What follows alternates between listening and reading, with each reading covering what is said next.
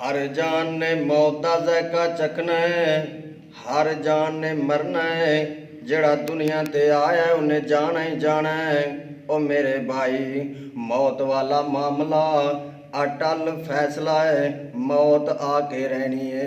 दुआ करो जिन्ना दे मापे दुनिया तो टुर गए ने, अल्लाह करवट करवट जन्नत अता फरमाए। आमीन। सारे आमीन आखो। तुहाडी आमीन च बड़ी ताकत है।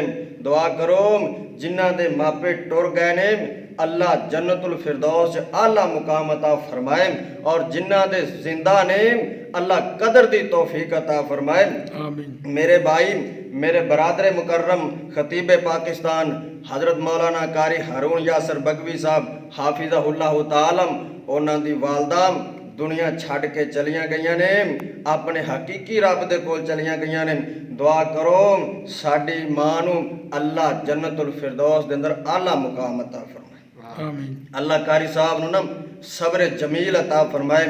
अल्लाह पाक कारी साहब नू दिन दुगनी रात चुगनी अल्लाह तरक्कियां नसीब फरमाए। अल्लाह अकबर।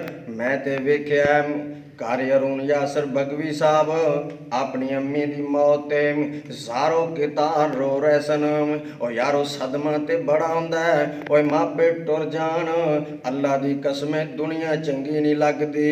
जे मापे टुर जान, मां टुर जाए, बाप टुर जाए, घर सुंजा सुंजा लगदा है। अल्लाह अकबर अल्लाह। ओ मेरे भाई, दुनिया ते माँ बाप एक ऐसी हस्ती ने, एक ऐसी हस्ती ने, माँ वाला प्यार, बाप वाला प्यार मां दे मरण तो बाद कोई दे ही नहीं सकदा।